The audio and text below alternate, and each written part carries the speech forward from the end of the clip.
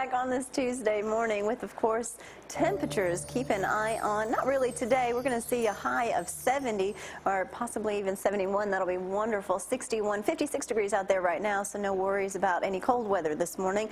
But tomorrow, that storm, there's severe thunderstorms coming in and lots of rain or gusty winds of almost 60 miles per hour. Should hit between 3 and 5 is what they're predicting right now. High temperatures of 67 with, of course, the warm temperatures. There is a low threat of tornadoes, but just keep an eye on that. We all know how quickly that can change. The rest of the forecast looking like temperatures and rain will leave us, so at least we'll see some sunshine, but temperatures still staying in the 30s. And look at that, 28 over Friday and Saturday, 32, so freezing, so just try to stay warm. All right, 230-4988 does get Frank this morning. I'm here with Paula.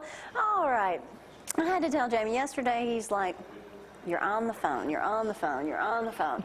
I said, well, you know what? I really didn't work this weekend, so I'm catching up on emails today and just trying to stay busy and keep my brain busy. Paula, how did I reach you? Via phone. You've got to be the world's best on your iPad. Because I get your texts and it'll say from my iPad. From my iPad. I love my iPad. It's great. You can text on your iPad? I can. You can text on your iPad. Well, you just learned how to use it one step at a time. One step at a time. It's great because it's You're a a slow nice learner. size. You know, for us older people, Jamie, it's a good size. What do you say? What is it? What? Email is for old people and phone Yes, calls? Phone call. voice phone and emails are considered for old people.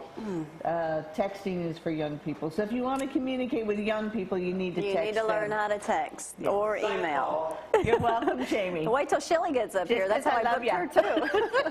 All right, well, let's talk about what's taking place at the library. Well, we've had great news. I'm sure those who read in the News Courier this past Sunday, we reached our DECO challenge. Wow. We received our $750,000 check, which is the second part of the $1 million that the DECO Foundation gave us. So we have received $1 million from the DECO Foundation towards the new public library. Explaining the big smile on Paula's face this morning. Yes, they sent a $750,000 check, first-class mail. So what did that make you feel like? I mean, when you open this up and here's a check for $750,000. We held it a little bit. And everybody took their picture with it. Yes. And then we rushed it to the bank because we didn't want it in the building. I understand. You don't want anything to happen to that paper check. And then, of course, the bank teller's eyes went really big and said, I have to get somebody to sign for this. You should have said, can you cash that, please? Oh, yes. They would have had a heart attack. We're not that mean. That would have been funny, though. Yes. What will the library do with these funds? Well, they're going to go into our joint construction account that we have with the city and the county, and it is managed by the city. And we will be using those funds for the construction of the new library. And we are projecting that we're going to be starting the bid process in February. Okay. And start construction in April, May of this year. Where exactly will the new library be located? Okay, for those of us who have been in the community for a while, it's the old Kroger grocery store. It's on the corner of Jefferson and Forest Street. Okay. A great location leading towards the downtown square, moving us into that downtown corridor rather than in the nice neighborhood that we're at now. What will be the differences in this new library compared to the old library? What are some upgrades? Well, some of the upgrades are going to be the fiber optic cables that we're going to be using. Right now we run 3 cables, maxed cables for internet, and we max out our bandwidth all the time from usage. So it'll be quicker bandwidth, quicker internet service. Quicker internet service, which is important for a lot of people when they're coming in and doing business, because so many parts of the county cannot get cable service.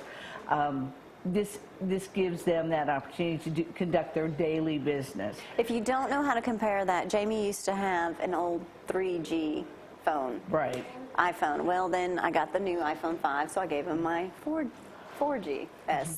And he's like, I've been using this old phone this long, and this is how fast my new one is. So, I mean, it's a huge difference. Right. Think of it, you know, when you're on the internet and you turn the channel on your TV, which if you're watching ZTV, we know you never turn the channel. What are you doing? I was looking for something. Okay, keep on. Anyway, I didn't interrupt you, Paula. Go on. that's all right. It's always a challenge with Jamie. Always a challenge with Jamie. Anyway, but it's more like changing the channel on your TV rather than that slow I think the dementia download. is kicking in. Yeah.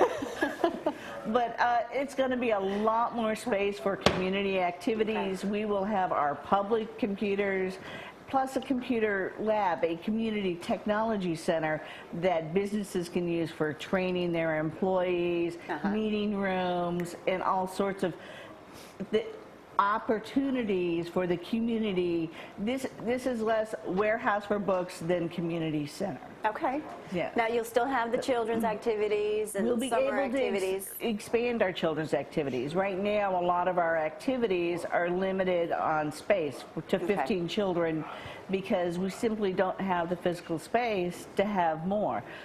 We always, live in fear of the fire marshal coming, so we always are toeing the line on, Well, how much do memberships to the library cost now? Oh, they're absolutely free. If you live in Limestone County, Athens City, it's free to get a library card. Best deal in town, especially with our upcoming edition of, if you do genealogy, we will have access to Heritage Quest Genealogy Research Wait a minute, Database. Paula, you got a call. Oh! Yes. Yes, we will have Heritage Quest old and people. Ancestry.com. Yes, it's great for Give me that genealogy back. research. Yeah. You know how to use it? Can you text on this thing? No. No.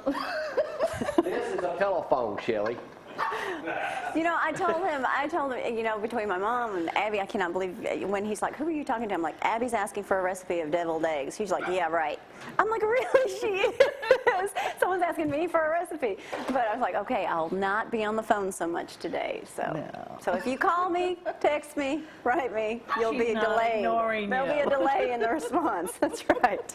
All right. Well, the library, of course, is open when?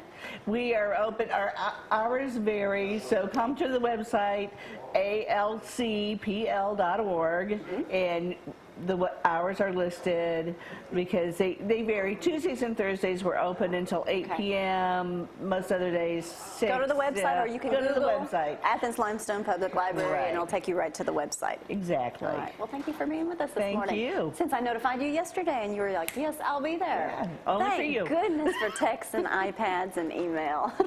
Now Shelley's up next to talk about that as well. All right, we're going to take a quick break. Stay with us. We're going to be right back.